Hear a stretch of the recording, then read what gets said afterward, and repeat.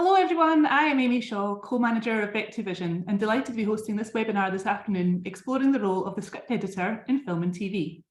We have captions enabled for this session, so you can put them on by clicking the little CC at the bottom of your screen. Firstly, a little bit about BECTU Vision. We are the Scotland-based training arm of BECTU, the UK-wide union. BECTU stands for Broadcasting, Entertainment, Communications and Theatre Union, and they support freelancers working in film and TV. BECTU Vision provides a wide range of support for crew in Scotland. We work with new entrants coming into the industry, looking for advice and support in their first jobs, people transferring their skills, and we also support existing crew with a wide range of short courses and initiatives for individuals. And we work to create safer, fairer and greener workplaces for film and TV crews in Scotland. For today's webinar, I'm delighted to be joined by two guests, Head of TV Drama Development at STV, Claire Armspach, and former BECTU Vision script editor trainee, Jamie McKinley. So we can learn a little bit more about the role of the script editor, and we're also going to speak later on about our upcoming traineeship. The Q&A function is on for this webinar. If you have any questions at all that you would like to ask our panel, our BECTU Vision coordinator, Sarah Mandel, is working with us behind the scenes, monitoring them. So once we've had a chat with our guests, we'll answer as many of those as we can. So to start us off, I'm delighted to welcome our very first guest, Claire Armspach, to join me on screen. Hi Claire, how are you? I'm good, thank you.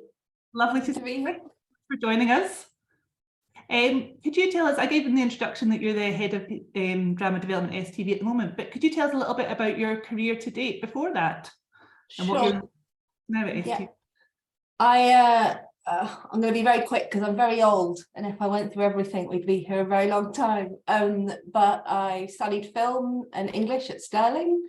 I produced some short films and was a production manager on various ill-fated features, and I got a job. My first job was at the BBC in commissioning and scheduling, and I did a script editing course while I was there, and on that course I was offered a job as a kind of script editor, luckily, and that kind of kicked me off. I then moved to Scotland and was part of the kind of founding team of River City. So I kind of script edited, I think, about 30 of the first 60 episodes. Went to STV, then was a script editor and a producer on Holby. Went to World Productions, was a producer there. Went back to the BBC as a development producer. Worked on Waking the Dead there and did a single with John Hurt called Whistle and I'll Come to You. And then came back to STV, where I've been for the last 11 years. Joined initially as a development producer, and now I'm there as a head of drama development. Amazing. What a career, what a journey. What a lot of places you've been. And that's amazing that you were kind of in the founding of River City and they've just celebrated their 20th anniversary. We named the show and we named Shield Inch. I mean, like literally, yeah, the power. Yeah, absolutely. So that kind of talks us very briefly across all the roles that you kind of had and everywhere that you've been, but could you tell us a little bit of what your role at STV involves now? Yeah, so as head of the drama development team, I run the development slate. So this is every project that STV Studios Drama has in development. So I manage the kind of spread of the projects. I'm kind of checking that we have, you know, a variety of projects that are aimed to a variety of different platforms.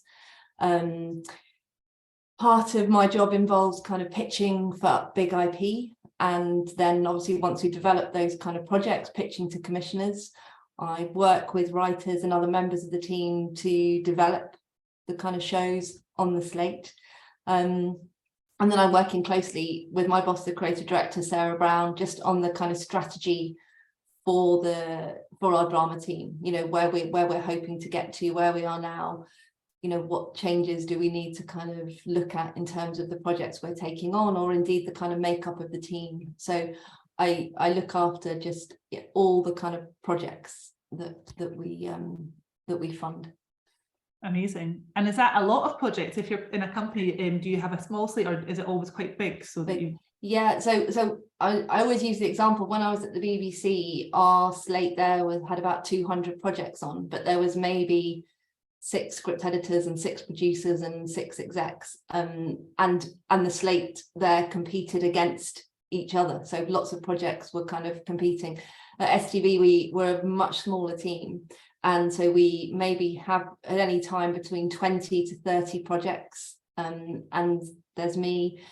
We have a development producer, have Jamie, who you'll meet later, as assistant script editor, and we have a script editor, Safia, a development coordinator, Sunrise, and then obviously Sarah at the top, and that's it. So we all work across all those projects. We'd never get to more than 30 unless we expanded the team, but our strategy very much was to have money to fund development rather than having a lot of people working across those kind of projects. And what it means is that every writer who comes to STV, will be working with me in some form, rather than there being loads of people behind me and people getting kind of passed from pillar to post. So we're able to be very bespoke in how we develop things.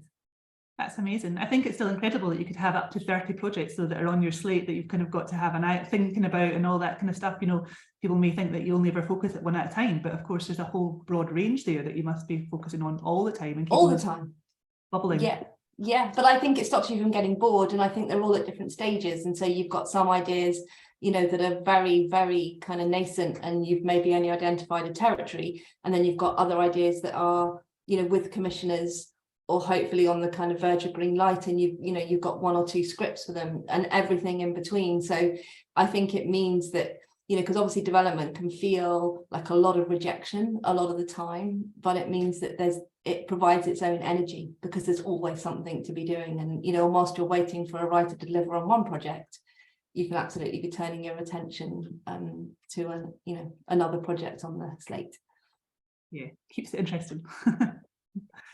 And in that development team like STV, we're here to kind of talk about the role of the script editor. We want to know a little bit more about it and kind of do a deep dive into that role and what it involves. If you're working on the kind of development side, what would a script editor be doing?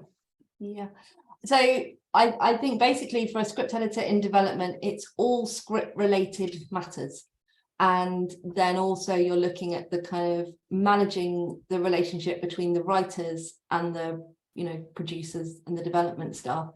It's very much an office-based job with generally office hours. I refer to this side of the job as the kind of marathon. So it doesn't ever really end because as soon as you have one project that's ready to be greenlit, you're on to the kind of next one. So it is very much more about pacing yourself than that kind of crazy sprint of production. And then I think in terms of the role, as a script editor, you are absolutely identifying writers for the company you're working with. So whether you're looking to theatre, to film, to TV, you're kind of keeping track of who's winning theatre prizes, who's won the Verity Bargate, who's on the Channel 4 screenwriting kind of scheme, who are the BBC Writers' Room kind of talking about. So you're constantly looking to try and find new writers to bring into the company and for you to kind of form relationships with. You are working to identify territories to develop into shows, whether that's an article you read in a newspaper or you've seen a brilliant documentary, or you've just been part of a kind of zeitgeisty conversation. You're kind of looking to see what are people talking about at the moment. You'll be reading a lot of IP, so maybe listening to podcasts, reading a lot of books, and trying to identify which books we should kind of invest in up front, because obviously that's a really big deal for a development. Normally when you're developing a show and you're commissioning a writer, maybe you're spending £2,000, £3,000, £4,000 to commission them to write a treatment. If you're going to option a book, that's £20,000, £30,000 up front. So a script editor often is reading those books and really trying to kind of work out which are the ones they need to kind of bring to me and Sarah to say, you need to kind of invest in this. Then kind of moving forward in the development process, you're writing up pitches. So, maybe you found a brilliant territory that, you think no one else has really kind of dug into before, and maybe you'll write that up as a pitch to kind of bring to kind of Sarah or myself. And similarly, you'll be writing creative pitches for books. So say you've read a book and we think we're going to go for it, you might be involved in writing that pitch for the agent. So to explain to the agent and the author why we're the right company for, kind of to take that book on. And then obviously once you've got the ideas or you've got your IP, you'll then, your job is to find writers for those projects. And that's where those kind of key relationships you have as a script editor come into play, because you're talking to the agents you work with a lot. You have your mental checklist of writers, you know, either that you've worked with or that you want to work with, that you've met with in meetings, who've said to you, I really want to, you know, do a show about dogs in space, and you've now found the perfect book about dogs in space. And so you're, you know, you absolutely are there as the kind of matchmaker for kind of saying, and, you know, quite often, you know, Sarah and I are thinking about a territory. We are looking for, you know, we're looking for Jamie and from our other members of the team to give us lists of writers they think, you know, would be great to work on the show. And then once you've, you know, you've done that, you've got your idea, you've got your writer, you're then working on that project from the idea all the way through to script at every stage. And that involves research. That involves kind of helping to facilitate the writer's vision, that's storylining. You're kind of the cement between the writer and the producer. So, you know, you are absolutely representing the producer's views to the writer. And if I, you know, kind of maybe have notes or, you know, particular kind of concerns, then the script editor is delivering those notes to the writer. But equally, they're coming back to me if a writer is disagreeing and, you know, kind of feels very differently, so that you're kind of holding, you know, that whole development together. As an editor, you're going to be anticipating potential issues, you know, with that kind of development. What might be, if we know we're working with a writer who's brilliant on character but less great on structure, as a script editor, you're absolutely instrumental in trying to kind of scaffold that development to help the writer with kind of structural issues where they maybe don't need so much help with kind of characterization. You're always finding solutions, trying to sell solutions. Sometimes you're selling them back to the producers and sometimes you're selling them to the writer, but you are, you know, in the middle of that kind of negotiation. And then kind of less interestingly, you're kind of working across writers' contracts, book options, sometimes development budgets. You know, so there's the kind of admin side of development that the script editor is also quite involved in. And then once you get to script, hopefully you get it to a commissioner and then you get the show commissioned. So your whole role in development is to get the show commissioned, and whatever you can do to make that happen in the quickest way possible. But, you know, we're talking years, not months for any show. So just to kind of give an example, because I know we'll talk a bit about production with Elizabeth is Missing, you know, that whole development was 7 years long, from me first reading the manuscript to that appearing on TV. So yeah, you're in it for the long haul. That is a really long time. I mean, I think you can imagine that it would take a bit of time to kind of get everything ready, and, you know, you can imagine that there's things, but you could, to imagine 7 years for that to kind of happen is such an incredible amount of time and dedication, I guess, as well from the team, you know, like you're saying that you're kind of in it for that length of time. So yeah, and I think you have to really, you have to have the stamina, you know, and the passion to kind of see you through, and the self-motivation to keep believing that you will find somewhere. And there'll be, you know, there's lots of things you can't control, because as script editor, you're obviously helping to kind of develop the script, but you can't control the BBC changing commissioners halfway through. You know, you can't control things, you know, that your writer suddenly having to take a production job because they need the kind of money, you know. So you are absolutely the champion for that project on the slate, and, you know, you are the cheerleader, you're the person, you know, who is in the writer's corner, you're the person who's in the kind of project corner, but you have to be prepared to know that you could be doing that for a number of years. I mean, Elizabeth is missing quite an extreme example, but you know, but I know from our colleagues in entertainment, the idea that you can, you know, have an idea for a game show on a Monday and be pitching it to a commissioner on a Friday is, you know, just would never happen in drama. It's a real difference in the way that drama works. And it's so interesting to hear a little bit as well about the role of the script editor, because it just sounds so central if you're kind of having to work with the writer and feedback to you, and, as you say, kind of give those notes and take those notes and manage that carefully. I mean, it sounds like you're managing an awful lot of relationships in that role, and kind of having to go between a lot of people, and there's an awful lot to it in that kind of sense. I think it's a lot about psychology. I think we, you know, I think the role changes according to the writer, because there are some writers who really lean on their script editor, almost as a counselor, as a kind of sounding board. And there are other writers that are a lot more kind of independent and don't want to feel kind of crowded. So, as a script editor, you are constantly having to judge where to place yourself in that process and how much is enough and how much is kind of too much. And, there'll be some writers who will be very much wanting notes, but not solutions. And all they want to know is that there's a problem with Act 4. They don't want you to kind of give them ideas about how you could help improve Act 4. And equally, there are writers who will be like, well, tell me how to fix this then. And so, you are constantly having to work with people and, build a relationship that's very fast, but incredibly authentic. So it's a lot about trying to kind of, work out a specific relationship for that specific writer, because we're all different, but so I'd say psychology's kind of at the heart of it, really. And do you do most of that online? Like, obviously, we're coming post-COVID world and all those things, but previously meetings in person and then everyone went online. How's the shape of that now? It's a mixture. I think what we found is, I think for big kind of storylining sessions, it feels nicer to be in the room. Mm-hmm. I think, if you're meeting a writer just for a kind of general and they're wanting to, you're introducing yourself and they're just going to talk a little about themselves, I think it works pretty well on Zoom, and it means writers aren't having to kind of schlep, into London. And, I could be speaking to someone from Cardiff and then someone from Cambridge, and no one's had to, kind of leave. And I think that's been such a bonus because, and also for, I don't know, kind of writers who have, accessibility issues, all of that, of a sudden, we can have those meetings and there's no kind of stress at all. I think for, like I said, storylining sessions or things where you need to kind of maybe deliver difficult notes, I think it's nicer to kind of be in the room and feel like you're there together. So we mix and match, very much just according to kind of what feels like it works. And obviously, for STV, we're working Glasgow and London.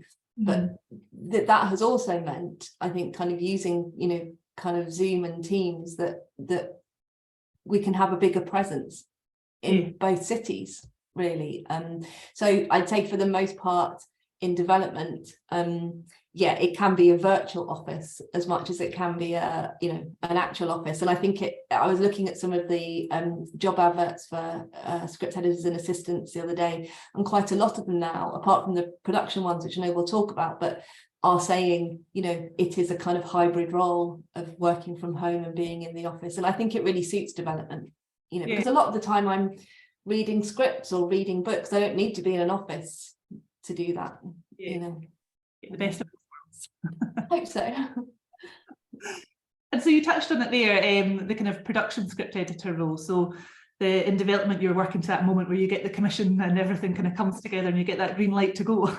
What happens to a kind of script editor when they're in that environment, when you're on a production? How does it change? Yeah. So and I think there's a slight split in the sense that,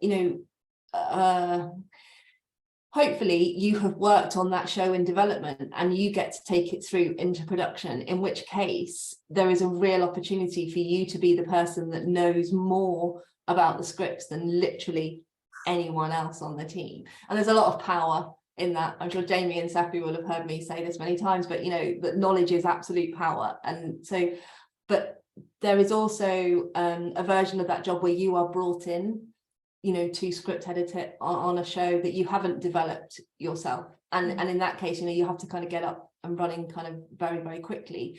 But in both cases, this is where it is the sprint and not the marathon. And, what you are there to do now is to get the show made.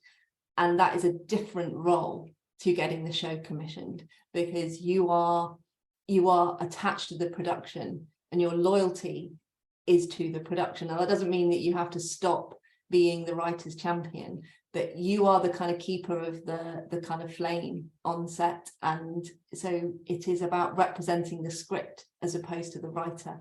And I think that's the slight shift you make in kind of production. And then the other thing that, becomes very quickly apparent is that you are dealing with all sorts of departments. So having, moved from the very kind of, I don't know, it's a very soft, nurturing environment of development, you know, you're now at the kind of coalface where the decisions you make will impact on costume or art or, you know, the kind of schedule.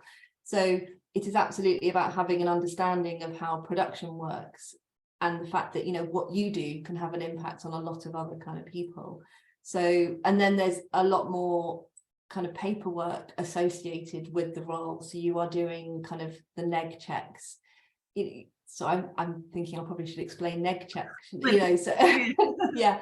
But, you know, there is the kind of legal requirements, okay, around kind of compliance, so around language, around representation that you are kind of looking after. And then with neg checks, it is the fact that you can't be calling a character, you know, kind of Claire Armspach, if only one Claire Armspach exists, and it will look like you've absolutely, you know, just kind of taken me and kind of ruined my life. And similarly with businesses, you know, you are going to be having to check that a business you feature in your script isn't a real business where you could be causing, you know, kind of harm or offense. So you are, you know, there is a legal kind of part to that role that you're kind of taking on. And then you're also doing script amendment, because as we know, scripts change, as, you know, schedule change, or you lose an actor, or, you know, suddenly you feel that dynamic isn't working. Because as a script editor, you are the person issuing those script amendments, and that is where kind of final draft is both your friend and your foe. I think it's a buggy program. And then you're also responsible for any copy that's needed in the show, for the art department, you know, if there are posters or files with papers needing in, or in newspapers, you are responsible for anything that is written down, and you have to kind of provide that for them. And then, you know, the really fun bit is that you get to kind of often monitor the filming. So you're on hand to discuss any dialogue tweaks from the actors, any story concerns from the director. And then again, problem solving, because, you know, maybe that day they failed to complete the schedule, and that scene that, you know, they never managed to film cannot be kind of fitted into the remaining schedule, so it has to be cut. So then you are part of the kind of process to kind of work out what could you do to the script to mean that that scene will won't be missed in the kind of final edit. And obviously it's production hours, so, you know, you're gone are your days of kind of, you know, hitting the office at around 9 o'clock, and you're more there, you know, for breakfast, you're there at 7, and you maybe aren't leaving, you know, until well after kind of 8 o'clock. And then it's also, you know, quite a lot of productions work on an 11-day fortnight, so you're working, you know, kind of maybe one Saturday in every 2, which is very different to development, whereas, you know, we are strictly kind of Monday to Friday. It's incredible, the difference in the roles just that you kind of described there. And do people often get the chance to see it all the way through, or is there quite a lot of people that are just freelance for being production script editors? I think there's both, and I think it very much depends on your personality and where you know, because I think there are people that just love the idea of seeing a project all the way through. And I think, you know, kind of production companies like that, because you have that immense continuity and that immense build-up of knowledge. But then there are other people that, you know, are more production-minded, I suppose, and quite enjoy the challenge of just being kind of thrown in and having to, you know, kind of hit the ground kind of running. And I think it's a lot of it's to do with kind of lifestyle and, you know, where you are. But I think it's also about the pace, isn't it? You know, there are some people that just enjoy the more kind of methodical, slower pace of kind of development, which has a lot of rejection, but obviously it's a lot more kind of contained. And then there are people that, you know, are just desperate to see their work on the screen and want to be there, you know, as part of that, you know, kind of troupe, and feeling like you're all working towards this, you know, kind of common goal. And I mean, a lot of the script editors that, you know, I've worked with enjoy a bit of both, because it's really nice to be able to have those times in development where you're really kind of digging into a story or an idea or script, and then the chance of actually getting to be part of the team that makes it, you know, is wonderful. But you can do both, you know, or neither. So it's flexible in that way. But the only thing I would say is that I think every script editor does need to have an understanding of production, because I think you can't sit in development and have no idea how something is going to be made. You won't be, you know, you won't be kind of good. So you can't pretend it doesn't happen, but you can absolutely be someone that just prefers to sit in development. That's really interesting to hear about both sides of it and the kind of contrast, but how they flow into each other and influence each other as well.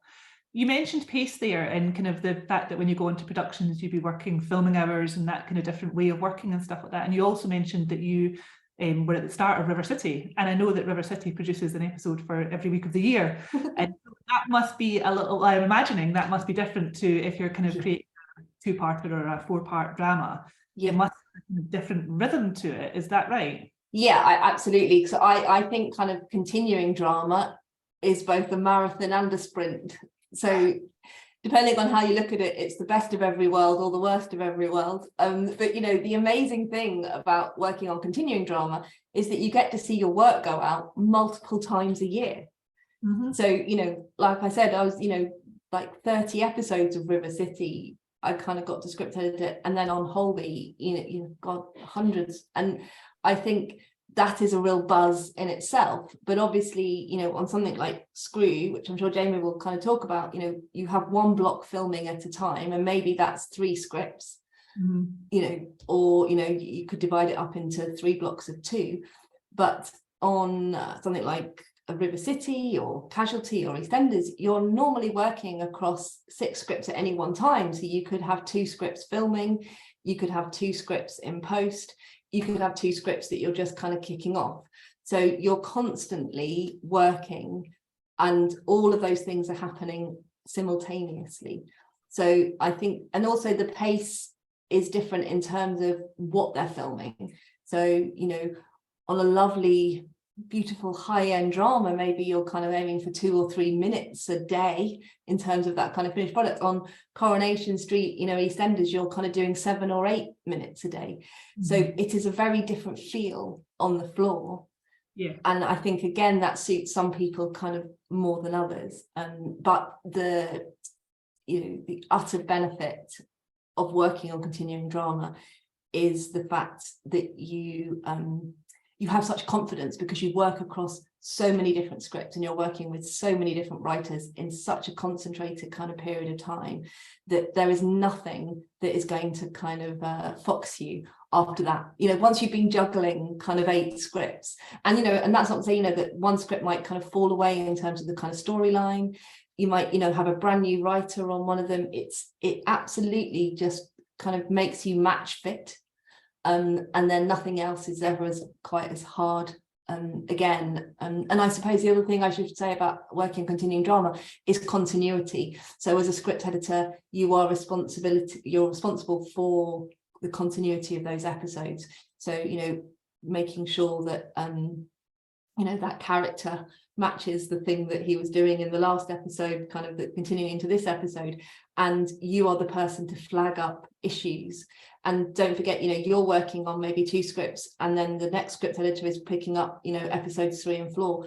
So you're working with other script editors in that department to kind of manage continuity. And I think that's the other really nice thing about continuing drama, is that you're part of a script editing team as opposed to being a kind of solo player, you know. And again, you know, it's down to personality. Some people really enjoy, you know, feeling kind of that you've got a lot of other people experiencing the same things, and other people just enjoy the control, you know, of having their show, and that they are the kind of person to go to. Sorry, what a waffle. It's so interesting to hear the variety of it, though. I just think it's so interesting to hear that there's this one job title, script editor, and then when you dive into it, it's like, it can be this or it can be that, it can be all these things. It's just, yeah, the flexibility and variety to it just, I think, is incredible and quite appealing. I think it must be to a lot of people to kind of have that in their one job title. I just think that's incredible. Yeah, definitely. We touched earlier on about having to have the skills of being a good communicator, I guess, if you're kind of working between different people and passing messages and stuff like that. What stands out to you as the kind of key skills of a script editor? Is there anything that you think?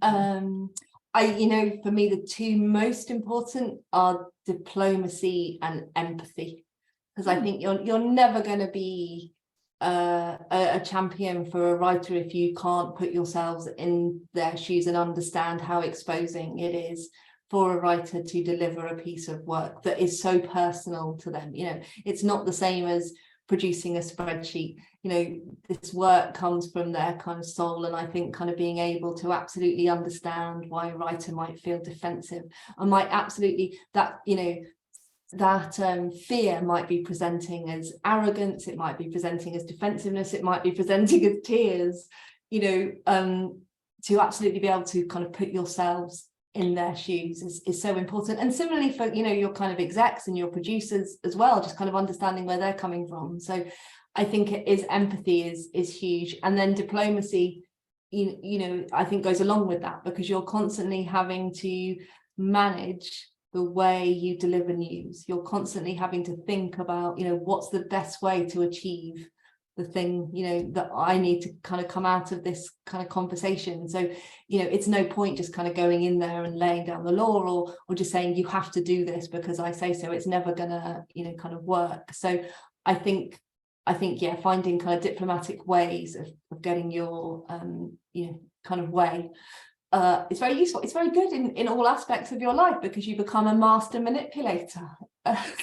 And so, you know, I think, and then I suppose under that, you know, and these are all equally important, but I think you need to be flexible, because if you imagine in the space of a couple of hours, you could be arguing the case for a note to a writer, and then having given that note and the writer kind of pushing back and giving you an equally valid case for why that, you know, they're not going to do that note. You're then possibly going to the producer or your exec and arguing the case against the thing that they gave you that morning. And so, you know, you have to be nimble. You have to be able to kind of adapt really quickly. And then you've got to have lots of passion and lots of initiative, because a lot of this job is about anticipating the problems before they, you know, land on your door. Yeah. Brilliant. Lots of things to think about there. And when people are thinking about it, they're thinking, I've got those skills, you know, I think I've got the passion, and I can see myself being empathetic and a good communicator, all these things. What can people do at the moment? And we're going to talk a little bit later on about the traineeships that we're launching at the moment, but is there anything else that people can be kind of doing to develop their skills or get training, or any kind of things?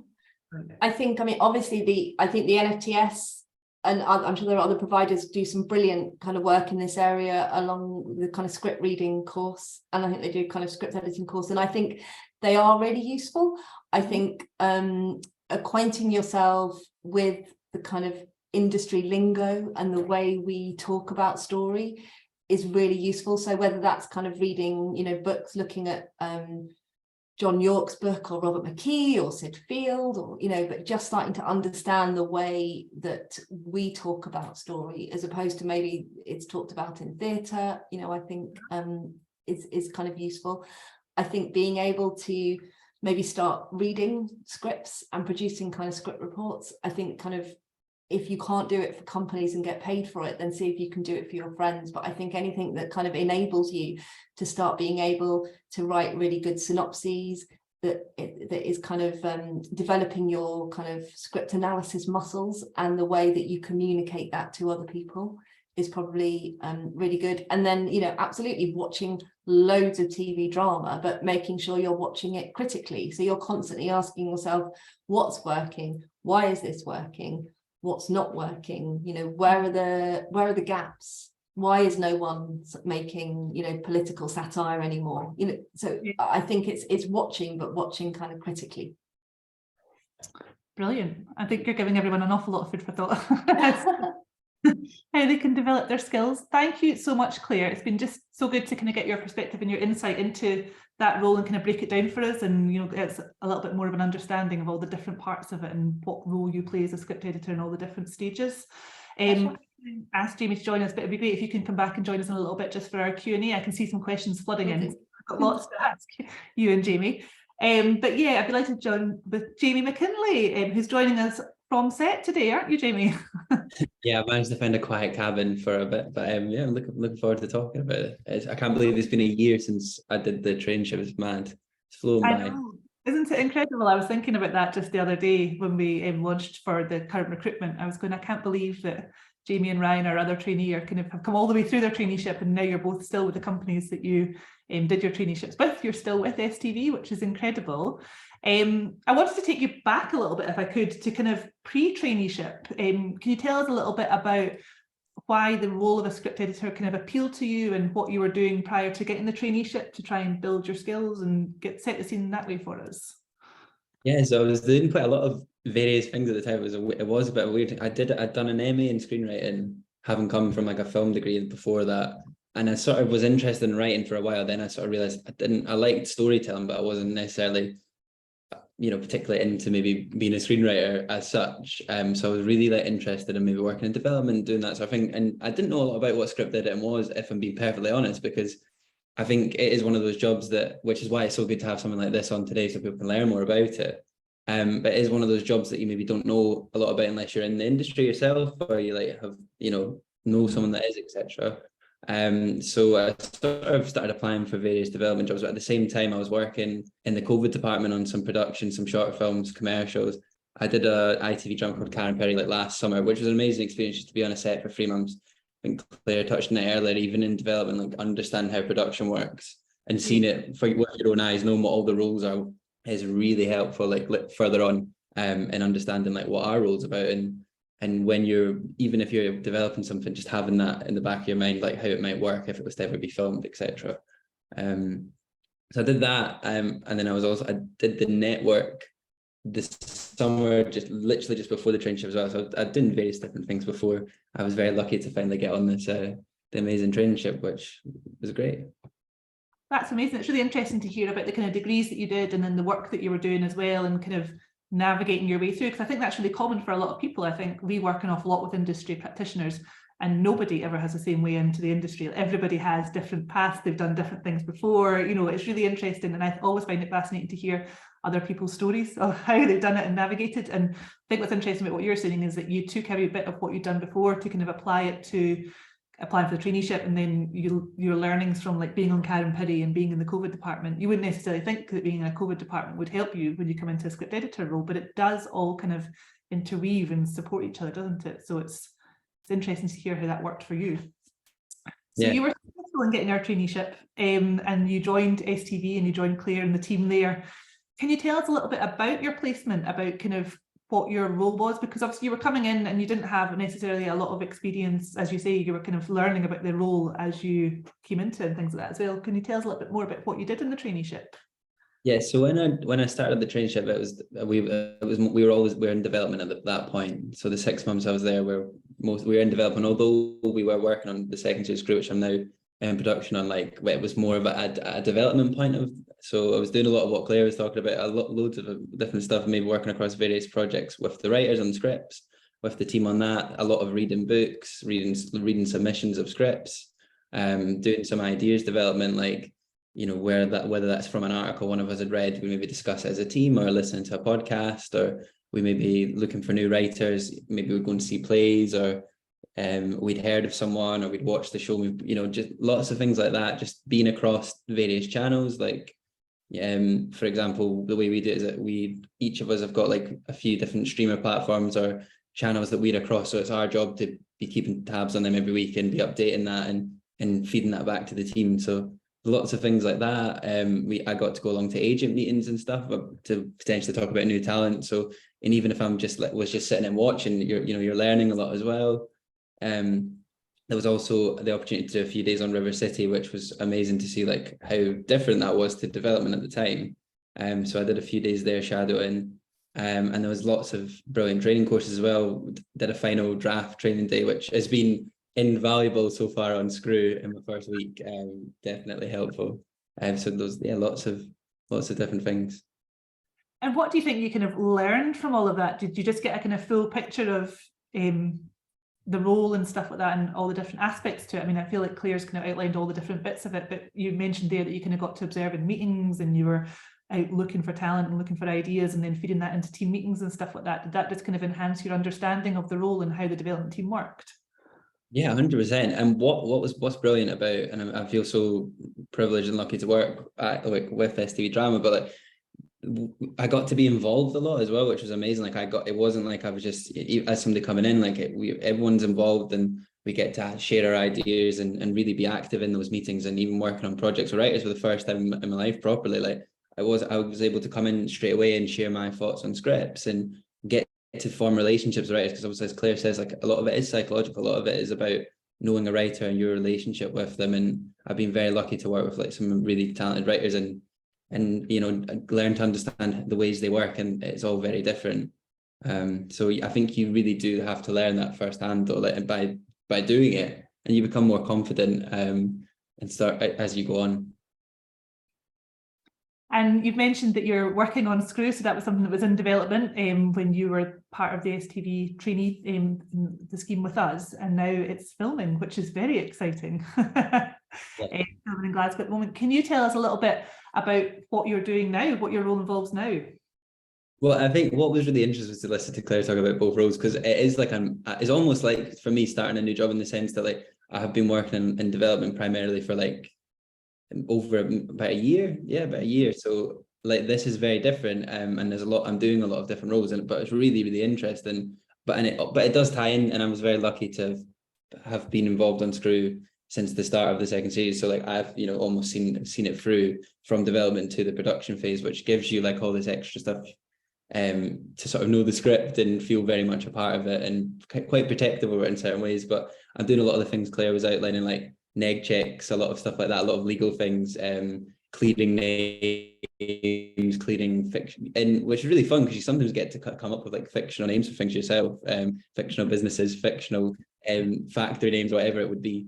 Doing a lot of like memos and amendments to scripts, getting to sit by the monitor. That's why I've got these, actually, because that's for when we're at the monitor, getting to like listen in, and we might pick up on a small thing that maybe the story beat isn't landing, and it's our job to maybe speak to the producer or the script supervisor or whoever's around, just to say it needs to maybe slightly do it this way, just to make sure we're landing the story, because it's really important. So it's like what Claire said, we're there to represent the script in a way, and knowledge is very important. Like, it's good, people will come up to you and just ask you a question about like a scene, and you have to just be able to like go, scene 35, yeah, this is what happens, this was the intention. And that could be any department that does that, so it's very important. And then a lot of copy for art, like writing pretend articles or pretend prison reports in our case, because it's prison drama. So it's very, very different to development, but also there's a lot of similarities there too, so it's good.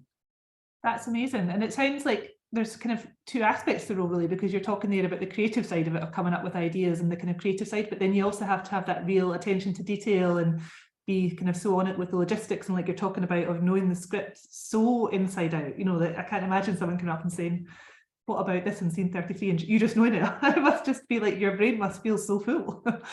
Yeah. You enjoy having those both sides of the kind of that kind of creative bit and the, you know, both sides of it?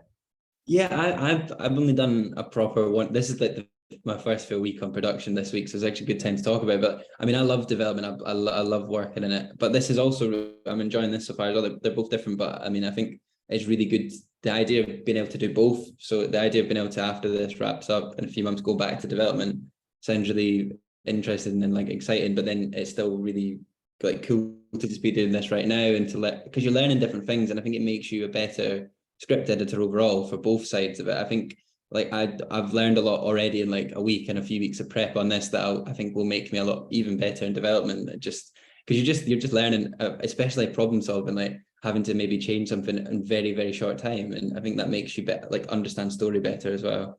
Yeah, absolutely. And what advice would you have for people who are maybe at a similar stage to you, where they're kind of looking for opportunities or kind of trying to find their way? What advice would you give for people looking for opportunities, and what advice would you give anybody who gets an opportunity in a production company to make the most of it? I think enthusiasm is genuinely like goes so far, and genuine passion. Like I think if you really want to be somewhere and you are passionate about it, and you keep, you know, if you show that, then people are going to enjoy working with you first and foremost. I think it takes you a long way. I think just being interested and proactive as well. And as I say, like I worked in COVID, and it wasn't maybe necessarily what I wanted to do, but you know, it was it's a way of getting on set. I'm not saying that that's the only way in. As we talked about, there's so many different ways, but I think just being open to learning, there's so many different roles in TV as well. And like, you can always learn something and apply it back to script editing or development. There's so much you can learn. And just watching TV drama, but as Claire said as well, not just watching stuff you maybe love, or like yourself, watching things that you maybe normally wouldn't watch, and understanding what worked about it, what didn't work about it. I think a lot of people don't always have a show that they maybe watched that they thought didn't work. They talk about, you know, all these shows they love, but you have to know, you know, sometimes what doesn't work, or just the different genres, etc. I think it's good to just be across everything as well, theatre, film, podcast, whatever. Just have like a really broad range of things you're interested in, and it goes a long way. Brilliant. Thank you so much, Jamie. And thank you for taking the time to join us from set. It's very cool to see you with your headphones on, hanging out on set. I'm going to invite Claire back into the room with us just because we've had a few questions come in, if that's all right, that I'd like to kind of pose to you. The first one I'll give to you, Jamie. I don't know if you can answer this one weekend, but someone's asking, what's the relationship between the script editor and the script supervisor on set? Do you speak often? Yeah, well, so it might be different on some productions, but the script supervisors are invaluable because they are, if you're talking about attention to detail, they like are so attentive to detail, and like often we'll be sitting at the monitor and we'll maybe check in with the script supervisor to maybe make sure, because we won't necessarily be at the monitor all day because we'll have to go off and do some other stuff. So often you'll come back and check in with them. They'll maybe pass a note on to the director on your behalf if you maybe pick up on something that they haven't. So I think it's an important relationship, and that they're just a great resource to have as well, because they're as across the script as you are, if not more sometimes, in a different way. Yeah. And Claire, someone's asked, you mentioned that there were some books on story and some authors such as John York. Could you mention them again just so that people can... Yeah. So I think John York's is Into the Woods. I think Robert McKee is just story. Sid Field is just, I think it's Introduction to Screenwriting. Going back, that's there's a brilliant one that's a very accessible, fun one called Save the Cat. Can't remember the author of that one, and then there's William Storr, the kind of science of storytelling, I think is also really good. But I mean, you know, there is a whole load of books out there that you can find, and so much written on the kind of internet now as well, that, you know, but I think it's useful because I think, again, it demonstrates a commitment to the role, you know. Yeah, doing as much of that as you can to kind of soak it all up and learn as much as you can. Brilliant. And we've had a question in, somebody was asking, do you think the role of a script supervisor is suitable for somebody with neurodiversities or disabilities? Absolutely. There's no barriers at all. You know, I think it the same is for, you know, kind of a neurodiverse person or a neurotypical person. As long as you like kind of people and you're happy to kind of chat and that you can, you know, manage relationships, then I think it's, you know, it's a hard job to do if you're not going to enjoy working with writers and you don't like TV drama. But, you know, beyond that, I think it, you know, any lived experience that you bring to the role is only a bonus. Any new perspective you have to bring to this is a bonus. So I think you'd be kind of welcomed, really. Yeah, Jamie, did you want to say anything? I was going to say. Just to add, like, I mean, I'm dyslexic, and it's never really been a problem. Like, it's just something we account for. Like, there's lots of tools that will help me with that, and like, I'm Claire and the rest of the team understand. Like, sometimes I maybe get them to proofread something if it's really like critical that the spelling and grammar is correct, but otherwise it's exactly what Claire said. It doesn't, you know, take anything away from how you approach something. Actually, very coincidentally this morning, we used dyslexia in a story problem and it actually solved it. So there's lots of stuff you can, like, that, you know, it's not a problem whatsoever. Brilliant, thanks both. Somebody asking, where can I find examples of script reports so that I can learn how to format one? Well, I can send some if that's helpful. I think that there are some on the internet. I think often the ones on the internet are probably more for the US studios, but I think they still give you a really good you know, idea. And there's no one exact way of doing it, but having just done the NFTS script reading course. No, well, I didn't just do it. I mean, I ran it, I suppose. So we're a bit late in the day for me to be doing a script reading course. But anyway, I think that was very good at being able to kind of show you how you kind of set out a kind of script report. But there are lots of those kind of courses. But I'm happy if people, you know, afterwards want to, you know, I can find a way of getting kind of reports to them. Very much clear. That's kind. What we'll do is we'll put the Vision email address in the chat box. Sarah, if you could pop that in for us, that'd be really helpful. That's our contact email address for anybody that wants any more information at any point. But if anyone wants information about script reports, get in touch with us and we will liaise with Claire about that. So thank you for that very kind offer. That's very nice of you. Another couple of questions that we've got. If you're working on lots of projects, do you ever find that one project may influence the ideas in other projects? Is there ever any crossover? I mean, Jamie can maybe speak to this a bit as well. We work very hard to keep a lot of kind of clear water between every project. So I think, as I was saying, we don't competitively develop. So we wouldn't take on, you know, two kind of police procedurals that felt very similar. But I think there is some kind of positive cross-pollination that kind of happens, you know, that sometimes you're thinking about, you know, a particular kind of way of approaching a story and on one project, and you're thinking actually that could apply equally to this one. But I kind of think they're often so different that you owe it to each project to be kind of authentically engaged with that project, as opposed to kind of letting things influence too much. But I don't know, Jamie, what have you found? Yeah, I think that's very much the case. And sometimes we'll read book reports and we'll think, oh, we really like that, but it's too similar to maybe something we have on the slate.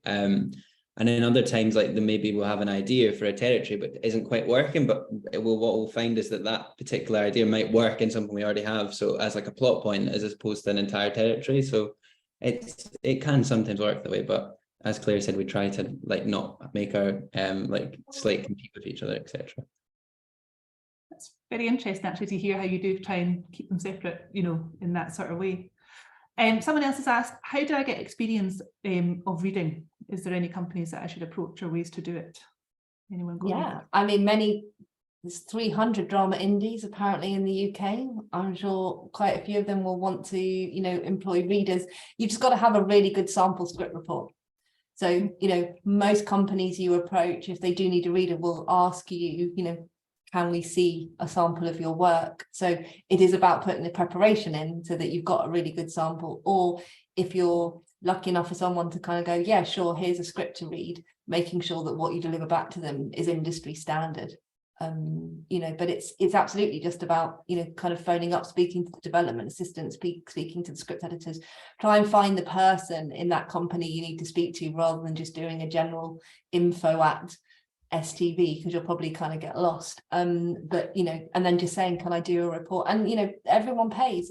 It's between about 60 and 80 pounds for a kind of script report.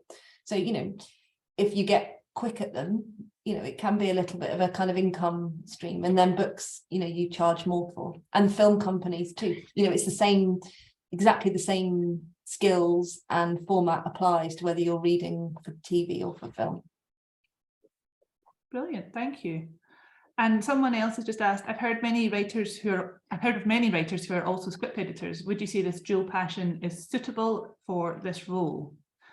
I'm very suspicious. So I think I've heard, and I know some brilliant writers who were script editors. I don't know many writers who've then, you know, like professional writers who've become script editors, but I've absolutely know people who've done it the other way around. My thing is that you can't ride two horses, and sometimes a writer you're working with, if they know you are also kind of harboring ambitions to be a writer, can be a little bit suspicious of your motives, because, you know, there is that feeling that you are trying to, you know, write it for them, hold their pencil. And, you know, it is not about how you think this script could be improved. You know, it can sometimes poison or just pollute that relationship a little bit if a writer becomes kind of suspicious of your motives. But having said that, you know, I think there's a lot of kind of transferable skills. It's just about kind of deciding, you know, do I want to be a writer or do I want to be a kind of script editor? Because they are two different things. I feel each role is kind of worthy of your commitment, really, rather than trying to, I don't know, Jamie, where do you sit with this? I agree. I haven't done like an MA in screenwriting. Like I haven't written a little bit in the past. Like it's just, I think it's so different, and like the way I think, I just don't think of myself as a writer whatsoever. Like, because I think when you're working with a writer up close, I don't know, like it is a different role, because sometimes it's about making them feel ownership for their work as well. Even if you suggest an idea, you most with a lot of writers, you have to do it in a way that it feels like you're helping them to find a solution, not telling them you need to write this, because we're not like marking their homework as such, if that makes sense. So I think they're different. I just also don't, and I just don't think you could do both at once either. Like I think when you're a script editor, it takes everything, really. It takes all your focus. So if anyone had time to do both, I'd be amazed. I'd love to hear how they managed to fit it all in. Thanks both. There is a few other questions in here, but I realise we're coming towards the end of the webinar, and I just wanted to ask you both each, what's your favourite thing about your job? Why do you love your job? Jamie, I'll come to you first and then to you, Claire. I just love that every day is different and how varied it is. I mean, like stuff like this week, I've done so much, for example, so much different copy for the art department. I've got to like watch, you know, stuff on the monitor differently. Then I'm still doing some development work as well, so we get into storyline things. It's just, I love the variety of it and the creativity of it. I love writers. I love how amazingly talented they are. I love being a small part in their kind of journey. And, you know, and I think I love story. I love losing myself in 100 different worlds a week. I can't think of a better way to kind of spend my time, really. You know, it's a lot better than reality at the moment, for sure. Well, I think that's a good enough endorsement of any. If you have been inspired by our webinar today and our chat, and you're interested in becoming a script editor trainee, as we've mentioned earlier on, we have got our traineeships that are open for application at the moment. They are 6-month traineeships starting in January 2023. You'll either be placed with Freedom Scripted or STV. STV obviously have produced, are currently in the midst of producing Screw, and Freedom have just had investment from Channel 4 from their Indie Growth Fund as well. So they're two fantastic companies to have the opportunity to become a part of. You'll be working within those companies, but you'll also do off-the-job training. As Jamie was mentioning, we do things like final draft courses, which is coming useful for him this week. We do things about understanding contracts. We do sessions with John York, we do connections with BBC Writers' Room as well. But we also offer bespoke support. So once you're in your traineeship, and if you think there's areas that you particularly want to learn more about, or people that you want to connect with, we facilitate all of that as well. So you can receive an application pack by emailing us at vision@bectu.org.uk. I popped it in the chat, but hopefully that came up. That also includes any other questions that you have. If there's questions outstanding from this webinar, if there's things that you want to know more about in any kind of way about getting into the industry around script editing, or if you just want to know more about working in film and TV in general, we're here to support you in that as well. So please do get in touch with us at that email address. The deadline for applications for this particular traineeship is Monday the 21st of November at 9 AM. We'll be getting back to all applicants by week commencing 28th of November, and we'll be doing interviews at the start of December. A huge thank you very much to Claire and Jamie for joining us today, taking the time to share all your insights and your expertise. I appreciate it so much. I've learned a lot, I'm not going to lie, it's been fantastic. And a big thank you to Sarah Mundell behind the scenes as well for supporting the tech on this session. I really hope you've all enjoyed it. I hope that we get a lot of applications from everybody watching, and I hope we've done a lot of inspiration as well for anyone that didn't know about the role of the script editor, feels that they know a little bit more about it now. So thank you so much everyone for joining us. Enjoy the rest of your day, and I'll speak to you soon.